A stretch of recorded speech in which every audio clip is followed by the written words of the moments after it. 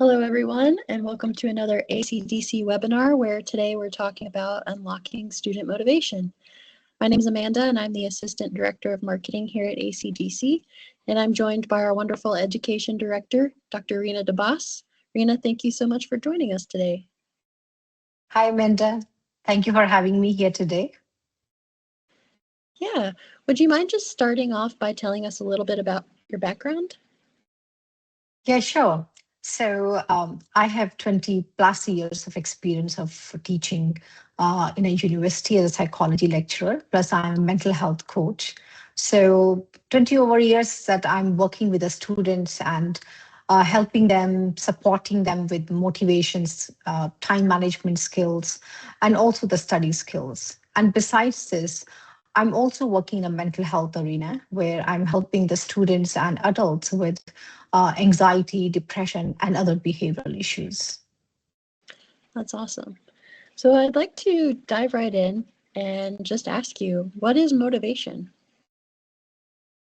Wow. So, Amanda, you have asked me a question, and I think let's start with a quick question with you. So, okay, so what gets you to take action when something feels hard or uncomfortable? I'd say for me, it's probably just trying to eliminate any sort of anxiety I have about the task, or maybe looking forward to the reward after the task is complete. Perfect. So this, reward that you're talking about is what we call as an inner push. That's a reason behind why we do things or why you do things. And this is called motivation. So motivation helps us, I would say, start, it guides our effort, and also it keeps us going over time, especially when learning or working towards a goal. So, at its core, motivation is the psychological force that drives human behavior. It is shaped by many influences. I would say, like my emotions, thoughts, social environment, and even biological factors. They all work together to move us towards our goal. But there's a bigger question than this, and that is what usually motivate us more. Is it an internal satisfaction or external rewards? So motivation generally fall into two main types. And I would like to share my slides here to explain these two types of motivation. So the main two types of motivation that we are talking about is intrinsic motivation and extrinsic motivation. So just wait for a minute for my slide to come up.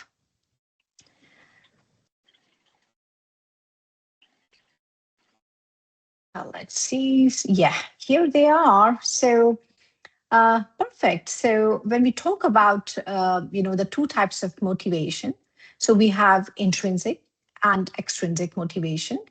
Now, let's first talk about intrinsic motivation. Now, this is motivation that comes from within. You do something because you enjoy it, you are curious, or it feels meaningful to you. There is no reward waiting at the end when it comes to intrinsic motivation. You engage simply because it feels satisfying, because it's internally driven. Intrinsic motivation, it tends to last longer, and it leads to more deeper engagement. And when it comes to extrinsic motivation, this comes from outside: rewards, grades, praise, deadlines, or even the desire to avoid negative consequences, like just now you said that to avoid the anxiety. And it can be very effective in a short term. And it often feels, makes people get started. But the key question is what happens when the reward disappears? For many people, the motivation fades too, along with that. And learning can become more surface level learning. So I think this is my question to everyone. think about a task you have been avoiding lately. Are you waiting for a reward, or looking for a reason that actually matters to you? Yeah, it's interesting to learn the difference between the two types of motivation.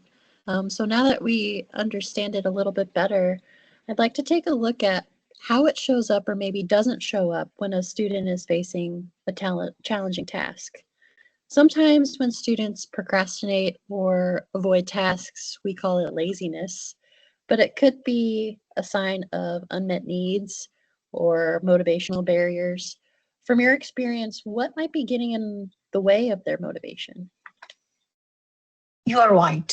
Amanda, when a student avoids starting work, it's easy to think they're lazy. But what if we pause and ask, what's really stopping them? That single shift from blame to curiosity, it changes everything. Let me share with you a case. It's a very common scenario that we have seen with majority of students. Alex is a pseudonym, is a bright student. And when it comes for, when it's time for independent work, Alex stares at the screen, putting off the paper until 3 a.m., saying, I'll do it later. And by 8 a.m., when it's due, the work hasn't even begun. Because, based only this behavior that I've just explained, what do you think, Amanda, might be going on for Alex? Like, what's your first instinct about the reason? From the outside, he might appear to be lazy. Yeah, I mean, people will think that he's avoiding, or people may think that he's lazy, or we may think sometimes he's procrastinating. Mm-hmm. But when I sat with him, he was not appeared to be lazy. He wasn't defiant. He was overwhelmed. He would look at a 10-page research paper and his brain would just freeze. You know, that's not laziness. This is called cognitive overwhelming. The brain's threat response, it shuts down, I would say, the very system needed to start a complex task. So instead of asking why they are so lazy, which places the blame on the student, we can reframe our approach to ask, what's really stopping them? This shift moves us from judgment to understanding. Um, you know, okay, let me ask you another question. What's the real cause when a student says, I'll do it later? What do you think? What's the real cause when a student is saying, okay, I'll do it later? So Maybe fear of not being able to complete the task or fear of failure.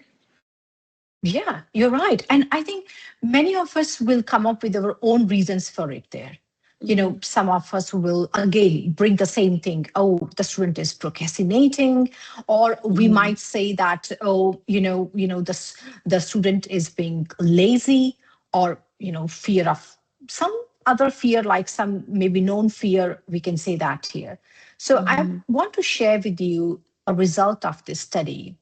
This was a poll that was done. And what the result shows us here is 45% of students reported fear of failure, 30% not knowing how to start, 15% they believe that it doesn't matter, and only 10% due to lack of discipline.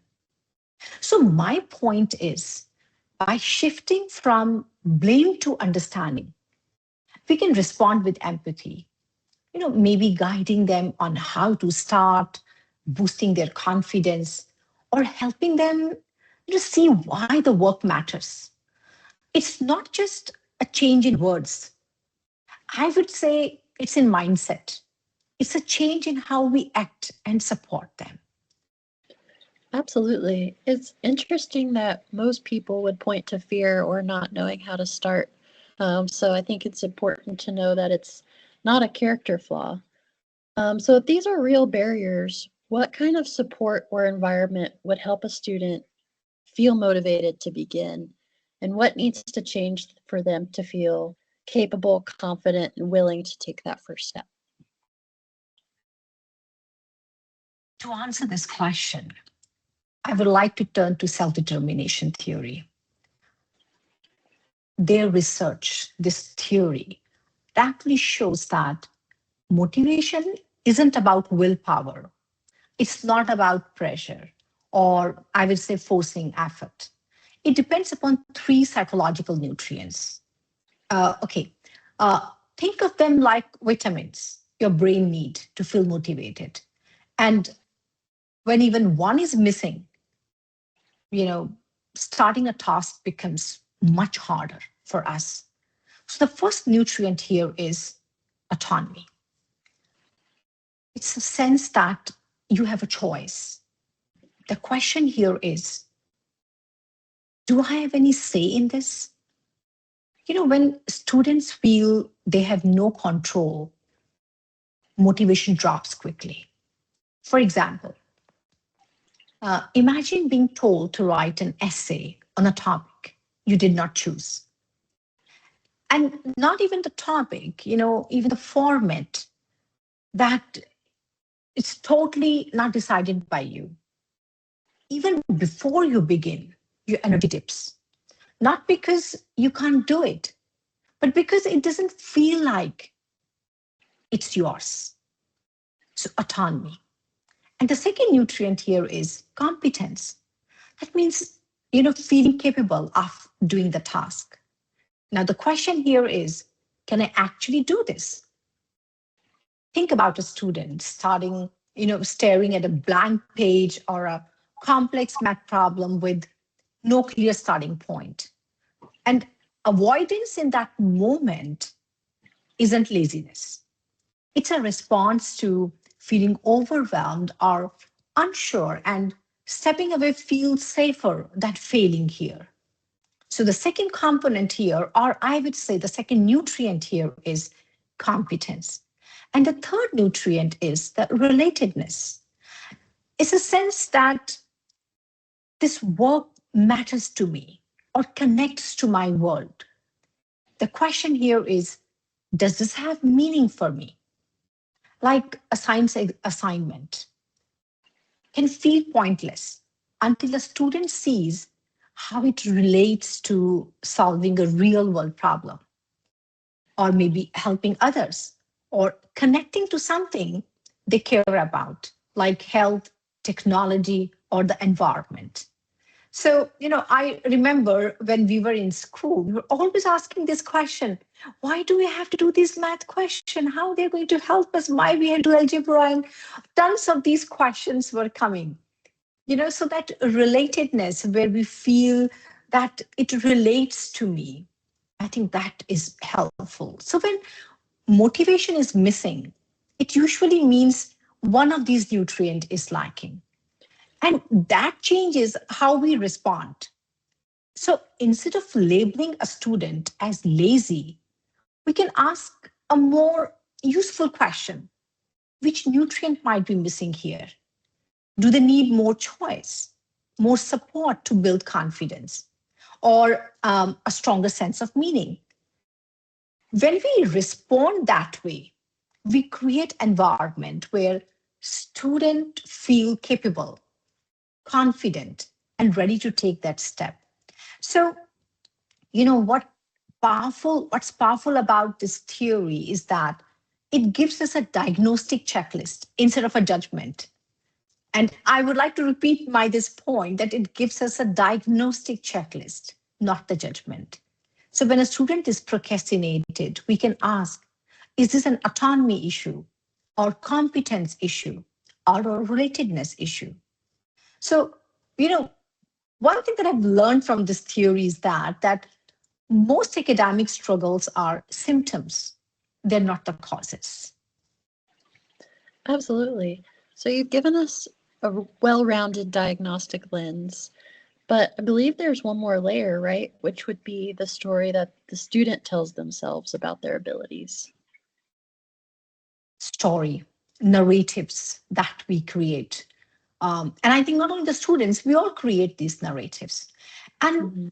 okay, so what's important to remember is that students don't approach, task as blank slates.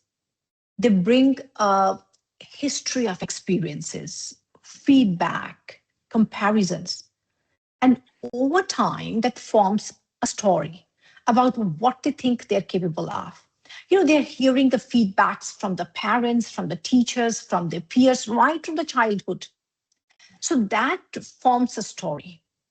And this idea, of this, about the story, about the narrative, the mindset, is from the work of Carol Dweck, who describes two common mindset students operate from: a fixed mindset and a growth mindset. So I'd like to share my slide here, bring my slide to this point. Yeah, so we are here. So, we'll first talk about fixed mindset. So let's step into a student's head. In a fixed mindset, a student's belief ability is something you either have or you don't. So when work gets hard, the inner voice sounds like, I'm just not good at that. I've never been good at math, or other people are smarter than me. So at that point, the task doesn't just feel difficult, it feels risky. Trying means risking failure, and failure feels like proof of who they are. So avoiding the work becomes a way to protect their self worth. That's a fixed mindset. Now let's talk about growth mindset. Uh, Here, students believe that ability can grow with effort, strategies, and support. So the inner dialogue here is, I don't get this yet. I might need a different approach, or I can ask for help or try again. So, in this mindset, struggle isn't a stop sign, it's a part of learning. You know, difficulty doesn't threaten here. It just tells them that they need, what they need next, what they have to do next here. So the difference isn't whether the work is hard, it's what the student believe, what that difficulty means. So, okay, so let's go back to Alex. Remember, Amanda, we talked about Alex, Yeah. the case that we just talked about. Hmm. So when Alex says, I'll do it later, it may not only be fear or not knowing where to start. It may be the story Alex is telling himself.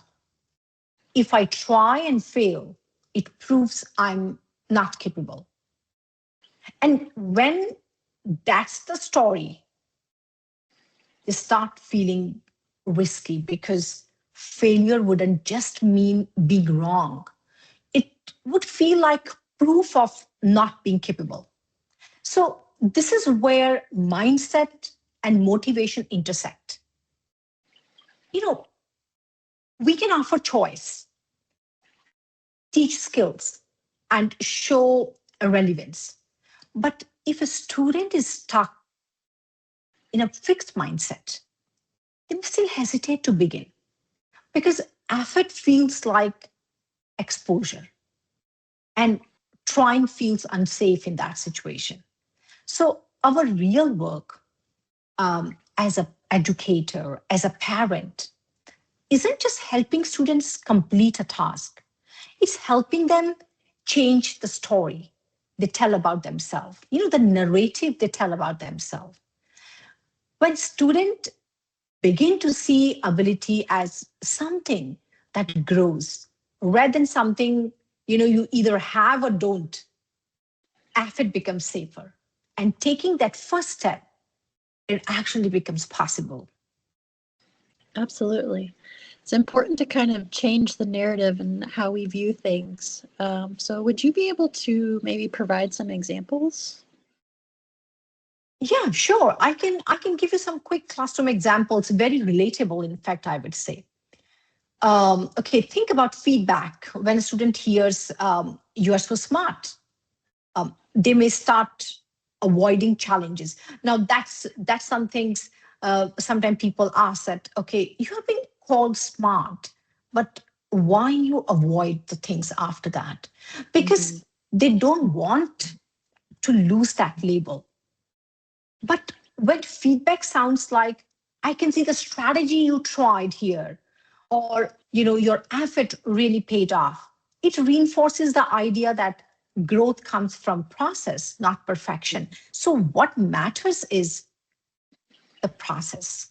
And this is the when you focus on process, the similar kind of narrative the student create in their mind.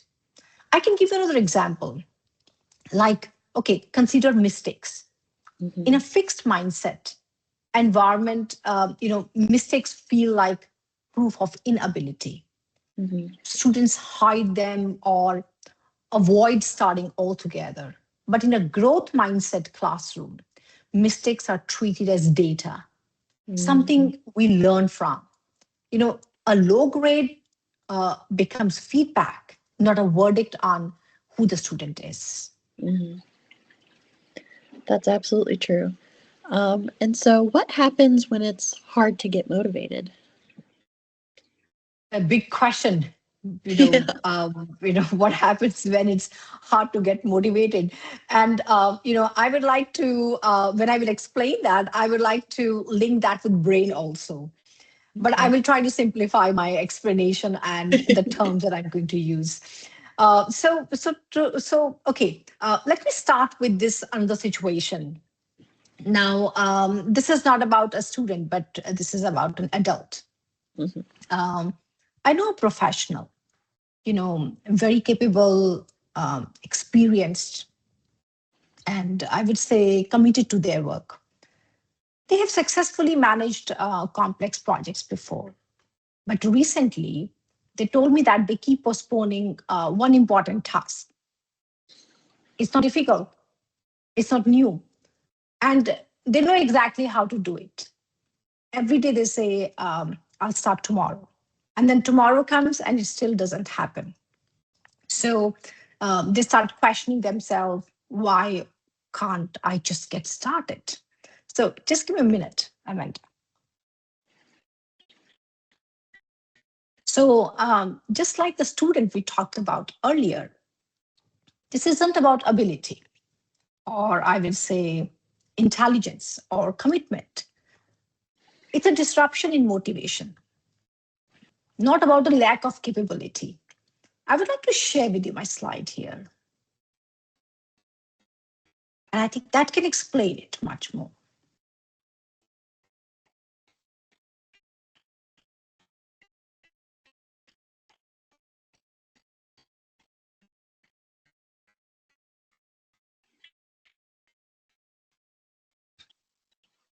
Perfect. So, I was talking about, how stress, uncertainty, or mental overload, when it builds up, the brain's motivation system, especially dopamine, that's our brain chemical, it stops responding the way it normally does.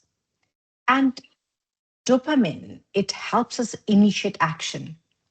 So, when the brain um, does not clearly sense progress, reward, or certainty, it delays action, even when the goal matters. And that's why people can feel stuck, or they procrastinate or avoid tasks they deeply care about.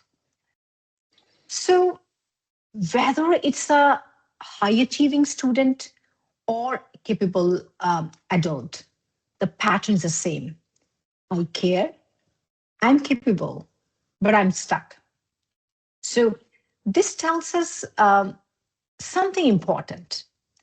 Motivation isn't about pushing harder. It's about understanding what the brain needs to restart momentum. So I think that's an important point, and I think that can answer your question here. Yeah, absolutely.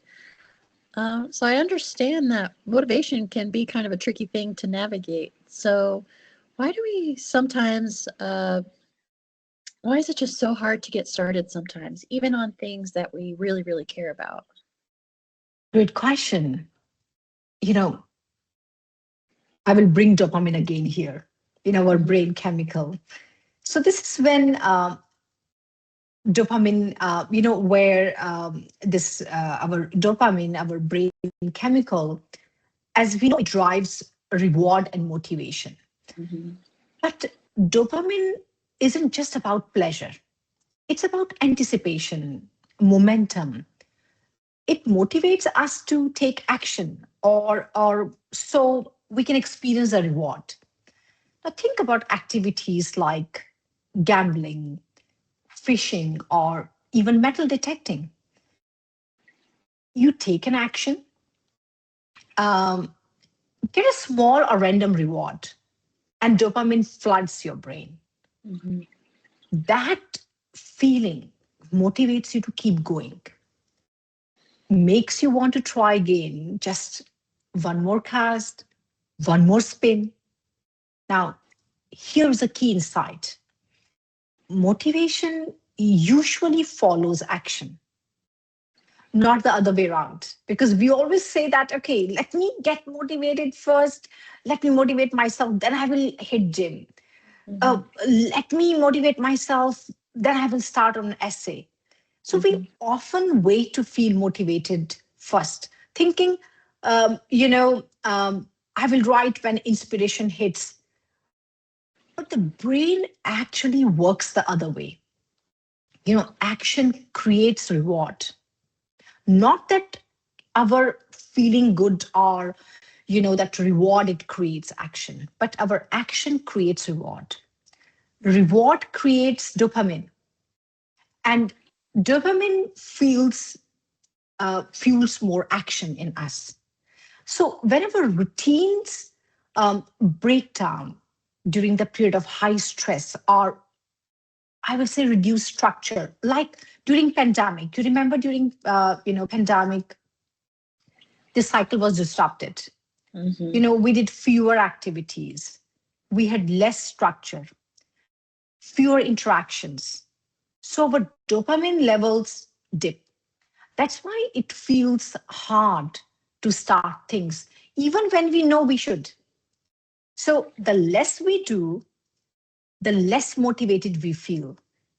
But Mhm. if we take action anyway, even small steps, we can start the dopamine cycle. And I think I would like to bring up my slide to reinforce this point here. The one that I just said, how this Mhm. dopamine cycle, it actually works here. So, this is what we can see here. You know, action, reward, dopamine, motivation, and more action. So that's the cycle basically. That's interesting. So essentially, you're saying that motivation doesn't happen first, right? How does this work in everyday life? Exactly. This is what I'm saying, that our brain are wired so that motivation comes after action, not before. Mm-hmm. Okay. Um, think of an ancestor finding a berry. They only feel motivated to search for, I could say, more after tasting or enjoying it. If they waited to feel motivated first, they might never try anything, or they Mm-hmm. might try dangerous foods blindly. Now, coming to, modern life is the same. You don't feel like exercising, but starting even a small action, like 5 minutes on the treadmill, creates momentum. You don't feel like writing. Start one paragraph. Suddenly, dopamine kicks in and motivates you to continue. So, try to change how we feel before we act. Waiting to feel happy, motivated, or less anxious usually backfires. You know, we get more stuck, I would say. So the trick is to act first and let your brain respond. Over time, these small actions, they build routines and habits that generate motivation consistently. So over time, this creates a cycle for us. Um, you can build a chronic cycle of demotivation by waiting and avoiding, or a chronic cycle of motivation by taking small steps, even when Mm, you don't feel like it. So the difference usually comes down to one small action taken consistently, one small action that creates cycle of motivation. And that's what keeps highly motivated people moving forward, even when they don't feel like it. yeah. One small action to break the cycle, almost, right? That kind of leads into my follow up question. So, if motivation often follows action, how can educators or coaches help students to take that first step when they feel stuck or overwhelmed, despite knowing what they need to do and what practical coaching strategies can support students in moving from paralysis to sustained motivation over time? Perfect. This is my favorite part because this is where I'm going to talk about the different strategies. And I think this is something that, our students can get help from, and even not Mhm. the students, but, educators and parents. And the strategies that I'm going to share here, they're not only for the students, we also can adopt these strategies for adults and leaders. They also should know about these strategies so that they can motivate their employees and their subordinates. So Mhm. one of the most effective tool that I use is the microstart protocol, which is designed to break the overwhelm cycle. Now, this approach is grounded in something called Zeigarnik effect. That means the brain's tendency to hold on to unfinished task. And to explain that, just give me a moment. I'm going to bring this my slide up, and I think this can help us to understand what this Zeigarnik effect is. So just give me a minute, and let's come up with this slide. Perfect. I think we are here. All right. So this is what is there. Um, you know, when the task feels massive, the brain experiences it as one giant open loop. Mhm. And open loops, they create stress and avoidance for us there. So what we need to understand that, this is our brain's tendency. Whatever task is being unfinished, we tend to remember that more. We retain that more. But if the task is completed, we have tendency not to remember that. So incomplete task is more remembered than a complete task for us.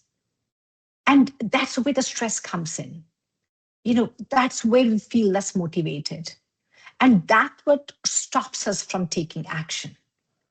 So I'm going to bring this, our first strategy. That's we say micro start, basically. In micro start strategy, now uh, I just talked about the loop here, and I would like to bring that point again. When the task is bigger, it feels massive.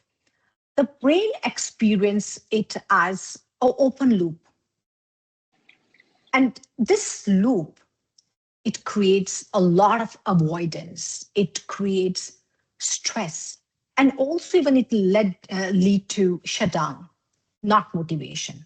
So our job as parents, as coaches, as educators, is not to push harder, but to turn this terrifying open loop into a closable one. So the key question we ask student here is very simple question. What is the absolute smallest first step you could take in under 5 minutes? Um, okay, let me give you a quick example about this, about Alex. So when Alex was overwhelmed by a research paper, even writing the outline feels too big to Alex. So we shrank the task further for him. His micro start wasn't writing paragraph or even bullet point. His micro start was open the document and type a possible title. So the goal here isn't productivity, it's engagement. So the first is micro start. Where we are not asking students to finish the whole paper, we are helping them experience themselves as someone who can start and complete something, even something very small.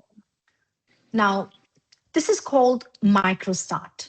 That means do a small step, take a small action. That can be a smallest thing of writing a title. However, initiation alone is not sufficient for motivation. What creates motivation is what happens after the action. And this is where micro loop becomes essential. So you see micro start and micro loop. Now, micro loop is a short repeatable cycle that turns our action into momentum. And it has 4 simple parts: act, reflect, reward, and repeat. And I would like to break that down basically. So the action means the act is intentionally small and specific, something that what we just talked about in microstart. Just take a small intentional step. And not that you have to work on the assignment, but just write one sentence, or you can say that open the document and add a title. This keeps the brain out of threat mode. Now, second is reflect. After the action, we pause briefly and ask a neutral question. What worked? What did I notice? Is this moving me in the right direction? So, this is not about evaluation or self-criticism. No essays, no deep thinking. It's just a quick brain check. It's simply helping the brain process feedback. So in reflection, we turn our effort into information. When we just tend to reflect on, okay, this worked. Oh, I noticed that I finished this task. Oh, this has been going in the right direction. I completed this title. Okay, let me just go. What next for me? So what exactly is happening here is that your effort is turning into information. Now, the third step is reward. This is often skipped, and it's one of the most important, I would say. The reward doesn't have to be external. It can be simple as, saying, oh, that's done, or noticing I moved forward. So neurologically, this is where the brain links effort with progress. And that link is what reduces resistance the next time. And the last is repeat. Now, once the loop closes, we repeat either the same loop, remember, either the same loop or a slightly adjusted one. Because the loop was small and successful, so the brain is now more willing to continue. And this is how momentum forms for us. So, where this momentum fits here, momentum is not excitement or willpower. Momentum is the brain learning. When I act, something good happens.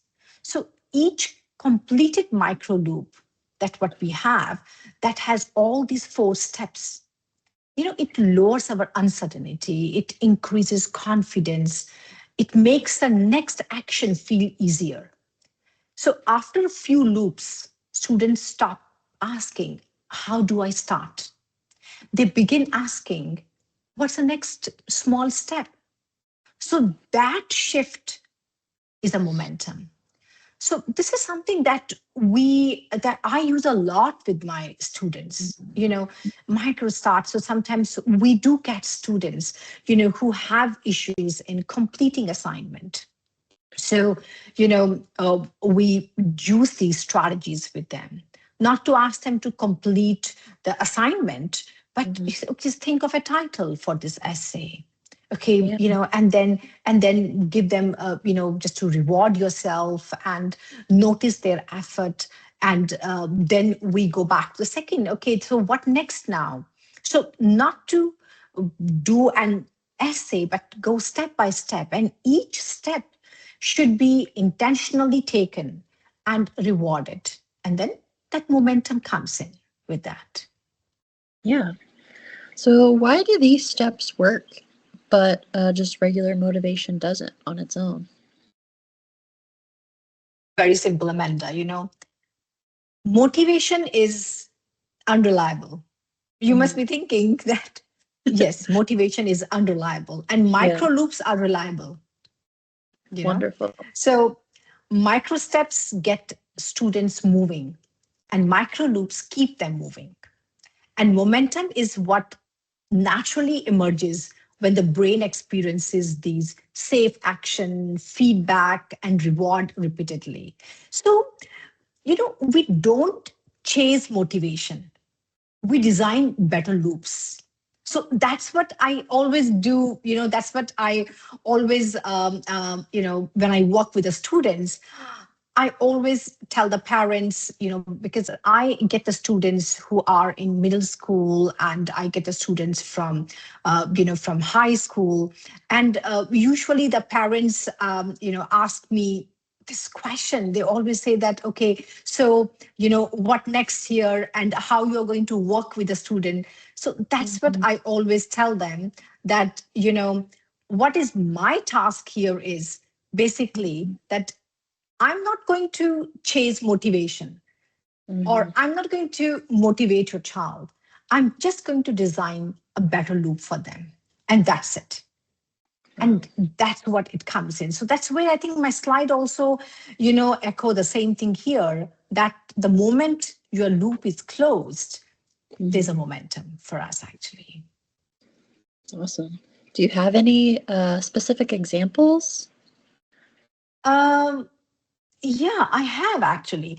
And also, I think before giving that example, I just thought maybe I can just link that with, dopamine. We talked about that just now there. Mhm. So, like when we talk about this micro start, it opens the loop safely for us. So there's a first dopamine spike, tension reduction happens. When we have a micro loop, close the loop intentionally. So there's a continuous learning and dopamine is reinforced here. And motivation follows action, not the other way around, right? So, this predictable progress, this momentum, it actually sustain our engagement. So, yes, and coming to the examples, like suppose we can talk about, say, improving study habits. So the goal is to read a text chapter daily, a textbook chapter daily. So what's the micro step here? Instead of saying, I will read the whole chapter, the student starts with one paragraph. Very small, doable action and immediate success. Micro loop will be, repeating cycle. Tiny action is like, read one paragraph, then immediate feedback. I read a paragraph, progress made. Then we have positive reinforcement. You put a check mark on a tracker or say, oh, I did it. And the motivation boost is, feels encouraged and you decide to read the next paragraph. So Mhm. repeating this loop paragraph by paragraph eventually completes the chapter.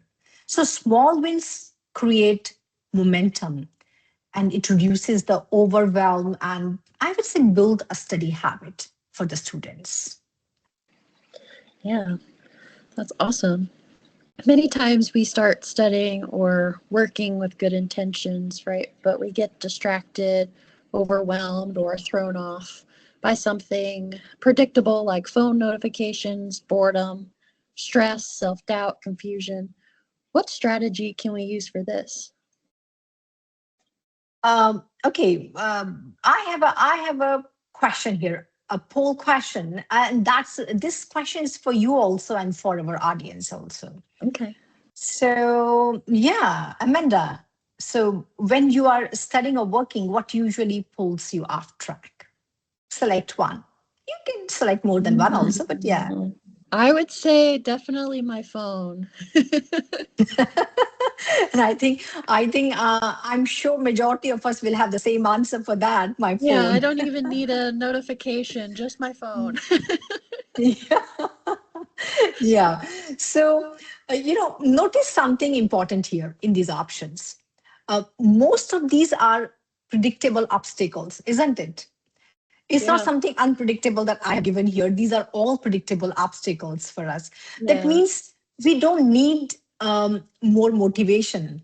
I would say we need a plan Hmm. for when these moments happen. That's all. Phones, we need phone, right? And a lot of these things are being very predictable to happen. Hmm. Anxiety is something that sometimes we can't control. That emotion that comes in us there. So important is not to have them. Important is what's our plan, when these things happen to us there. And I think this can bring to my next slide and to my next strategy, if then strategy. You know, um, because, okay, what's the reality? Willpower fails, but planning works. And I'm sure you have heard about this. People always say that willpower fails, but planning works. So this tool, this if and then strategy, it comes from decades of research on implementation intention, which shows us that people are far more likely to follow through when they pre-decide how they will respond to obstacles instead of relying on motivation in the moment. So the structure is very simple. If a predictable obstacle occurs, then I take a specific tiny action. So, what we are really doing here is creating a safety net for the brain. When students get tired, distracted, or discouraged, the brain defaults to the easiest and most familiar behavior Hmm. that can be often avoidance, and that is pick up the phone, right? Whenever we Hmm. get overwhelmed and we want that distraction, we quickly just open the phone and we just start looking at reels or whatever that Yeah. so if and then plan, it removes the need to decide in that moment. The decision has already been made here. Okay. um, Let me let's go back to Alex and his research paper here. Hmm. So Alex noticed a predictable pattern. Whenever he felt stuck, he reached for his phone, like many of us, and started scrolling. So that wasn't a self-control issue because his parents reported that he just cannot control himself. Hmm. There's no self control. No, that is not a self control issue. This was more like a nervous system regulation strategy. That's how Hmm. his nervous system was controlling his overwhelm, or is the strategy used by the nervous system. So instead of telling him to try harder, what I did was I created this if then safety net for him. Hmm. So if I pick up my phone to scroll when I'm stuck, then I will put it in another room. or immediately write down just one thought about my topic on paper. Mhm. So it's a plan that we have to make beforehand. So, you know, okay, notice few things about this strategy. Mhm. The obstacle is specific, predictable, taking the phone. The response is tiny and concrete. What's the response? You just being, write it down, that something you thought about it there. So the goal here is with this response that you have to write about the topic, or maybe you go and put it in another room. This response is very tiny and concrete. So my goal here is not productivity. My goal is just re-engagement. You Mhm. just get engaged with your work again. So why this works from a brain perspective? Now, from brain science perspective, this works because it reduces the cognitive load at the exact moment when the brain has the least capacity. So Mhm. when motivation drops, I'm going to introduce another a little our term here, that is a prefrontal cortex, and I'm sure you have heard about that. That Mhm. part of the brain that is responsible for planning and self-control. So when motivation drops, the prefrontal cortex, it goes offline. Mhm. Expecting students to make good choices in that moment is totally unrealistic. And that's the reason they pick up the phone and they start scrolling. So the if and then safety net acts like a pre written script when motivation dips for us. It shifts the response from a conscious decision to an automatic cue response pattern.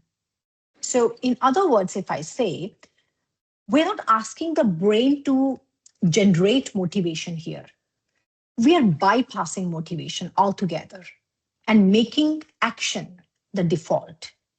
So I will just bring some of the examples here. Like if a student say or feel overwhelmed, then what they can do, open the document. So result is what? You start. When you feel unmotivated, you write one sentence and the result is the resistance drop. So this is what basically the if and then safety net is there, that you notice a trigger, and you make a plan beforehand.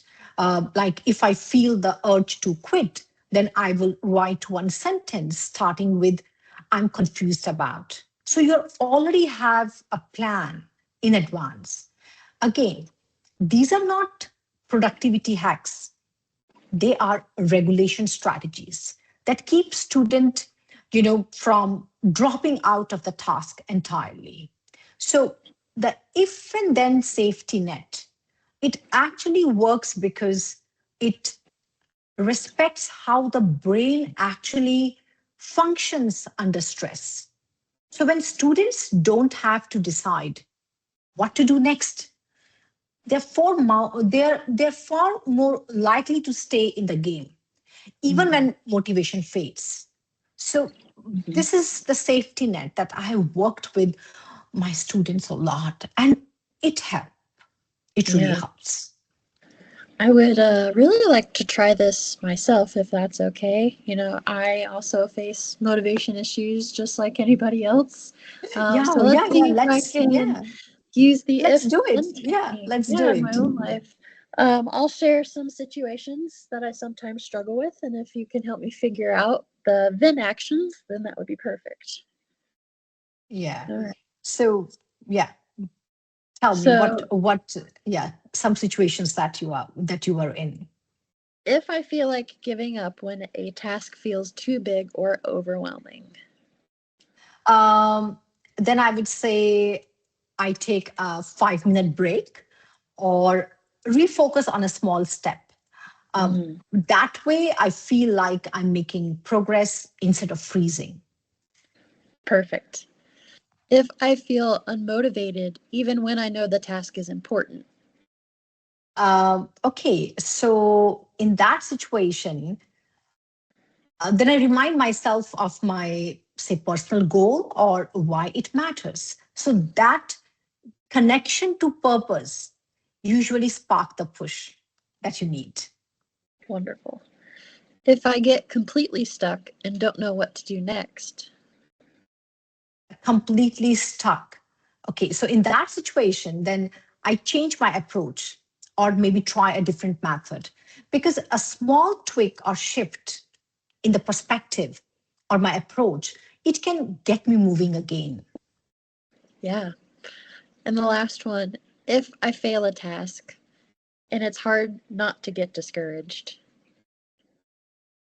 Then, Amanda, I reflect on what I learned and try Mm, again. Because you see, every setback, it becomes a step forward rather than a dead end. That's what I always believe. perfect. This if then approach is really interesting to me. How can parents, educators, or mentors use it to support a student whose motivation drops? Absolutely. I have actually, some of the strategies for the parents, for the educators, like if a student feels overwhelmed, then break the task into small and achievable steps. Mhm. Because we don't sometimes get that, maybe the task seems to be too massive to the student. Or if a student says, I don't care, that most of the time we hear, children say, oh, I don't care. So then Mm, help them connect the task to a personal goal. And I think I should, I can bring you back to self-determination theory. You remember we have autonomy, mhm. competency, relatedness. So here we connect the task to a personal goal. And suppose if a student seems disengaged, then offer them choice or autonomy in how they complete it. And if a motivation drops after failure, I would say then provide positive reinforcement and growth focused feedback. So now I think, Amanda, you can see how everything is so connected. You see, we Yeah. started with self determination theory, and now we see how it is being integrated here in these strategies, like the safety net for us. Yeah, absolutely. There are some students who want to take charge of their learning.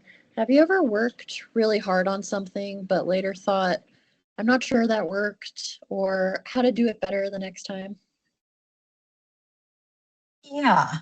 You see, Um, I would say in today's fast changing world, students need, I think, more than just knowledge.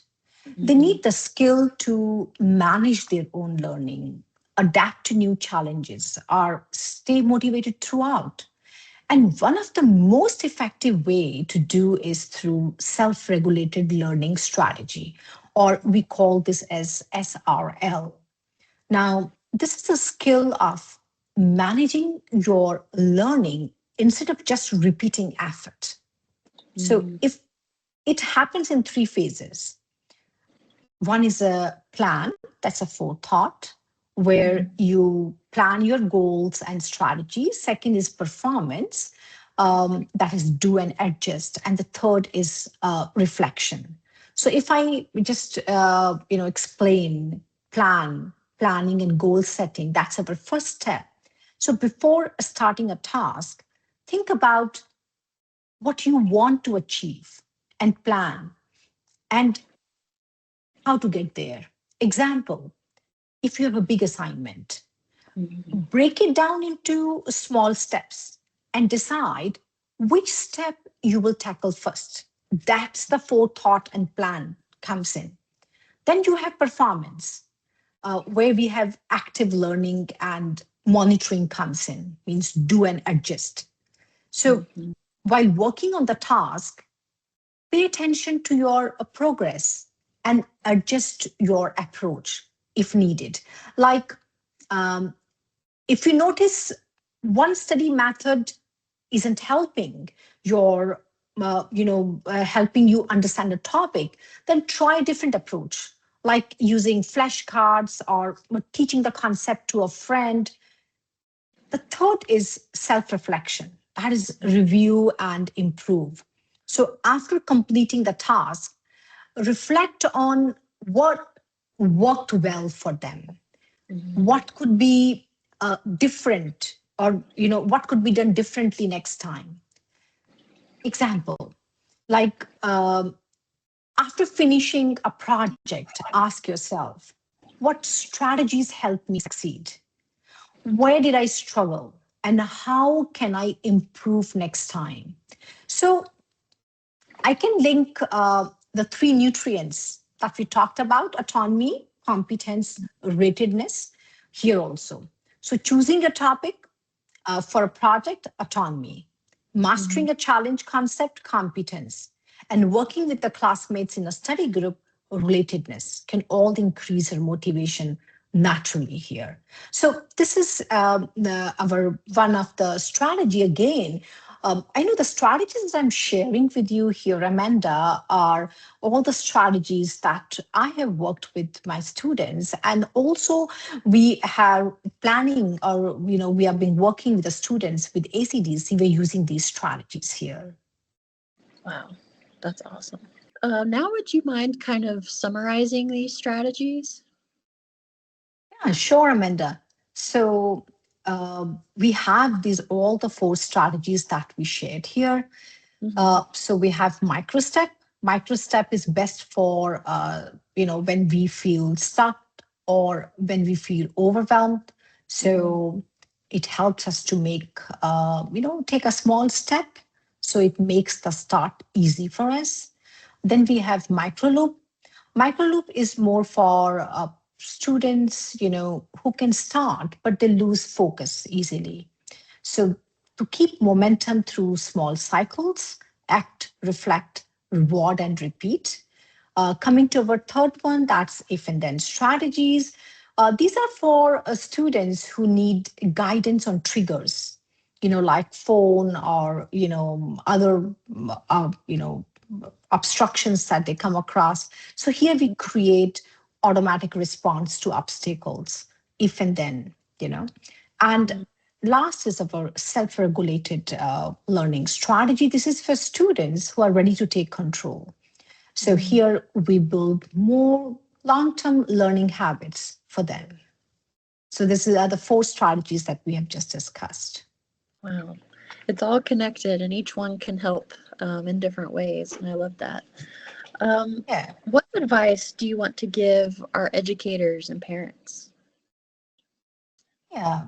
You know, when we think about supporting students' learning, it's not just about giving them tasks. Mhm. It's about guiding them, showing them how to approach challenges, and helping them build habits that stick. So the first advice that I would give here is model the process.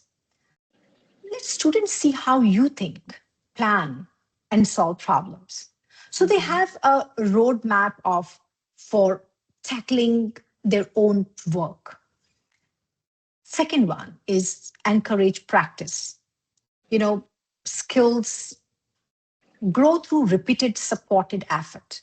So give them opportunities to try, make mistakes, and get constructive feedback. Then I can say create choice. Wherever possible, when students can make small decisions about their learning, because they feel ownership and engagement. Mhm. And still within a structure, so we can give them some choices. And also, I would say use simple prompts or check ins to help them notice progress and adjust along the way. And finally, celebrate the progress, because recognize small wins to reinforce effort and build momentum. So I would Mhm. say these principles, they aren't tied to one method. All the suggestions that I'm sharing here, they work whether we are teaching self-regulated learning, or I can say micro loop, or we are implementing if and then strategy, or fostering a growth mindset. So the goal is to help students develop confidence, independence, and the ability to keep moving forward on their own. All right, so now if everyone wants to grab pen, paper, or open a note on your device, Rena's going to help us build an action plan. Is that right?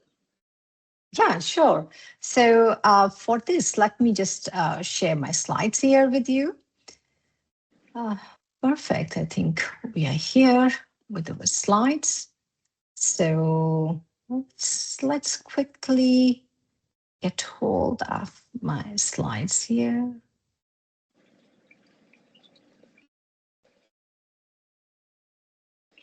Just give me a minute. Oh, yeah, here we are with the slide. Right, this is our action plan. So we have the very first step, diagnose. Which of the three needs is more deficient in us? Autonomy, competence, and relatedness. And the second is we have to choose one tool based on the summary that what I have given. Do we have a problem in starting, or we have a problem in staying focused, or it could be that we are more have a lot of obstacles, and the last can be when we want to take a full control of my learning. So based on that, you have to choose your one tool. And the last is about the mindset. You remember we talked about the narratives, the stories that we talk about. So how will you reframe one piece of your mindset? Is a fixed mindset, is what comes to your head, and how you want to reframe that to make it into a growth mindset. So these are the three things, diagnose, choose one tool, and mindset shift. Wow. You now have more than theory, you have a specific next step. That's what makes this different. Yeah, my one encouragement here is start small. Mm-hmm. You know, your first goal isn't to transform students' motivation overnight, is to run one good diagnostic conversation with them, Mm-hmm. to try one micro start, to plant the seed of it. When you shift from being a critic of behavior to a curious detective and strategic supporter to them, you change the entire dynamics. Yeah. So now I'd like to address two common questions that I get. Um, the first one is, how do I know if it's anxiety, not just lack of motivation? Yeah, great question. The behavior looks similar. Anxiety Mm-hmm. often have physical symptoms, but like racing heart or stomach aches, and even catastrophic what if thinking. So for anxiety, we address the emotional threat first with calming strategies before cognitive tools. Mm-hmm. So motivation does not have those physical symptoms. So that's a way how we can differentiate that. Is it a motivation or anxiety? So if it's an anxiety, it will have physical symptoms for us there. So bring in more calming strategies, not the Mm-hmm. cognitive tools as what we discussed for lack of motivation. That's awesome. The next one is, what if my student just won't engage? Start with relatedness. I notice this is really hard to even talk about, but what's the worst part for you?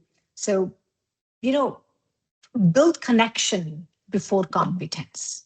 That's what my major focus is, that, not to talk about, how capable you are, but just first you connect with that. So I think Yeah, that can help. That will definitely help. wonderful. We've talked about a lot this webinar. Unlocking student motivation, the tiny steps we can take, strategies that students as well as also parents and educators can use as well. Would you kind of mind just summarizing all of that for us? I would say, Amanda, that motivation is a state, not a trait. Mm-hmm. And, behavior is a symptom. That's what I can say. So the tools that we discussed, these small tools, they create big shifts for us there. And lastly, I would say language matters. So Mm-hmm. shift from a fix to the growth mindset narratives. So I think that's how I'm going to sum up everything. That the tools, and most importantly, the story, the narrative, it Mm-hmm. changed the mindset there. I think, and I would say that we have to invest time Mm-hmm. with our students, and not only the students, with ourselves too. Yeah, absolutely. Thank you so much, Dr. Rena, for joining us today, and thank you everyone online for joining us. It's been a wonderful webinar. I've learned a lot. You can access this webinar online. Visit our website at acdcco.org. Thanks, Amanda. Thanks, everyone.